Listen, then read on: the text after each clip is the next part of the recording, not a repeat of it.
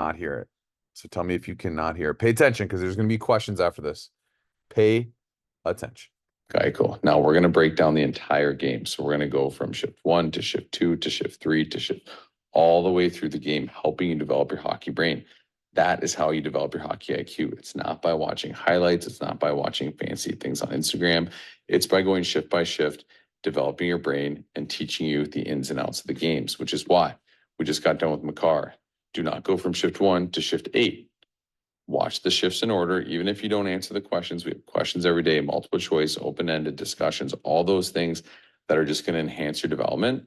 But if you miss a day because you're at a tournament or whatever, go back, at least watch the videos, understand the concepts, understand the development, and then move on to the next shift. That's how you're going to learn. That's how you're going to get better. Jack Eichel, one of the smartest hockey players in the world. Let's dig in. Shift number 1. So you see him win the draw. That's awesome, right? Smart. But then what does he do? He stays right on D side. Stays right on D side, helping go low and slow through the defensive zone. As soon as the Knights get full control, which you see in the corner, they got full control. They're going to move it up the wall. Watch him get inside. Quentin Byfield here, find a lane to help break this puck out. Boom. That's hockey brain. Pay attention. Wins the draw. Low and slow. Stays on D side in case there's any type of a turnover. Very, very responsible. Sees they have full control. Okay, time to jump and go. And that's exactly what he does. Jump, go. Kicks it to the outside. Now watch him through the neutral zone. Watch him through the neutral zone. He crosses over. He moves his feet. He doesn't just skate in a straight line. When you cross over in the neutral zone, you force these defenders to have to communicate, to have to make decisions early, to have to do things they don't want to do and kind of put them in an uncomfortable situation. That's exactly what it does here. He kicks it out. Then you can see he starts to drive wide. That draws the attention of these two defenders and just creates a little bit more space on the outside for his players. Good players create space for themselves. Great players create space for others. That's exactly what he does here. Then puck ends up going in net. It goes in the corner. Now watch his eyes go to work. Right away, he's looking right. Puck's kind of over there, but he's looking right. Doesn't see anything he likes. What's he doing then? Boom. Quick pre-scan to the left. Sees something he likes. And now this is where the magic of Jack Eichel happens. Right away, sticks this knee out to give himself puck protection so he can hang on to that puck and make it play. He doesn't have to detach from the puck. He doesn't have to throw the puck away. I'm going to show you in a second when he does detach from the puck, and I'll explain what I mean by that. Ends up moving up the wall, gives it to the offense or gives it to the point, ends up getting shot on net. Now watch Marner go in and get this puck, and then watch Eichel just stay in his lane, which is where Doughty eventually wants to go. Watch Eichel just stay in his lane.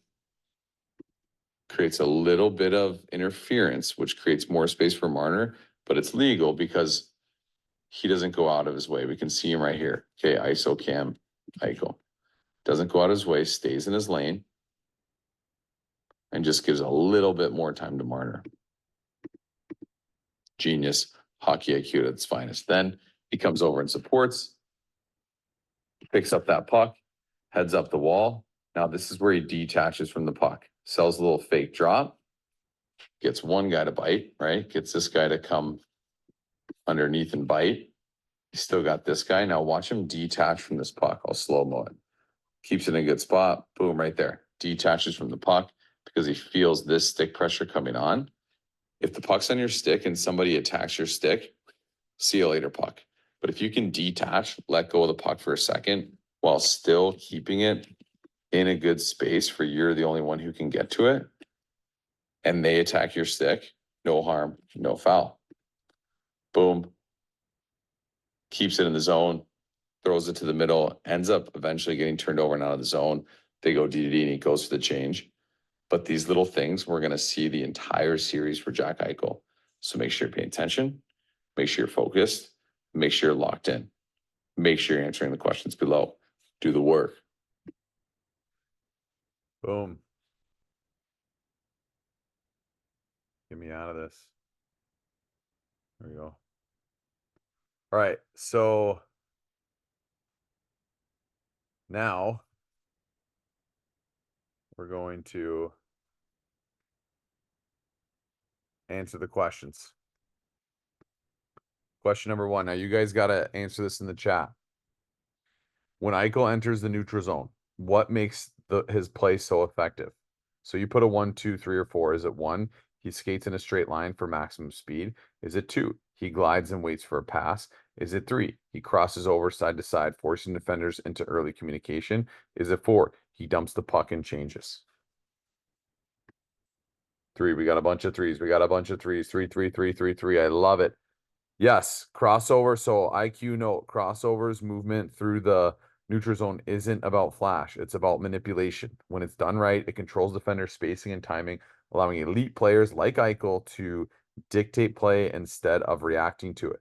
So then you can always hit this, you can always hit the prepare button here. Remember, users, don't hit this prepare button until you've answered the question, because it's going to give you the answer. Answer.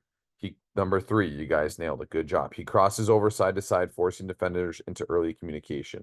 By crossing over, Eichel changes angles, keeps his feet moving, and makes defenders guess whether he'll cut inside or drive wide.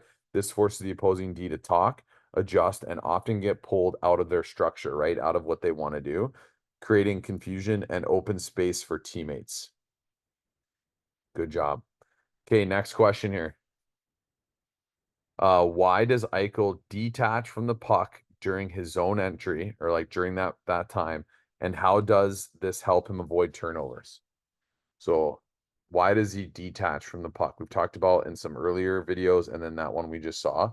Why is that important, detaching from the puck?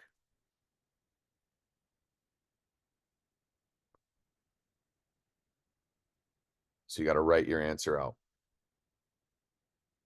in the chat. While you guys are doing that, I'm going to get this next video dialed in.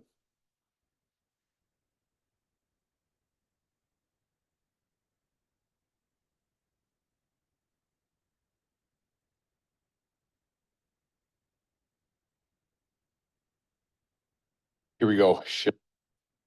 That's the next one. All right, looks like we're getting some answers here.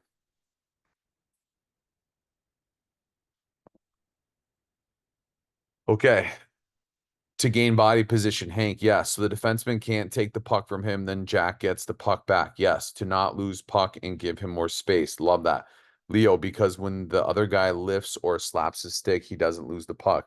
Because someone was hitting his stick, then he had to detach. To put the puck into a place where only he can get it. Bingo. Bingo. So if I go back to the prepare, yes, Eichel detached from the puck to protect it when under pressure by releasing contact with the puck briefly, but keeping it close. He avoids having a stick attacked while maintaining control in space. The reason, when defenders pressure a stick, detaching from the puck allows Eichel to let the pressure pass while keeping the puck in a safe area. The move prevents turnovers and allows him to re-engage control. And then there's always a coach's takeaway. Jack Eichel's shift is a masterclass in composure and anticipation. He reads control, supports defensively, manipulates defenders with crossovers, and protects the puck under pressure. Every move has purpose and flow, exactly what developing players should study. And then the skill focus of that one, neutral zone crossovers, controlled puck detachment. And then you're just supposed to hit that box. Bingo when you're done with that. Okay, let's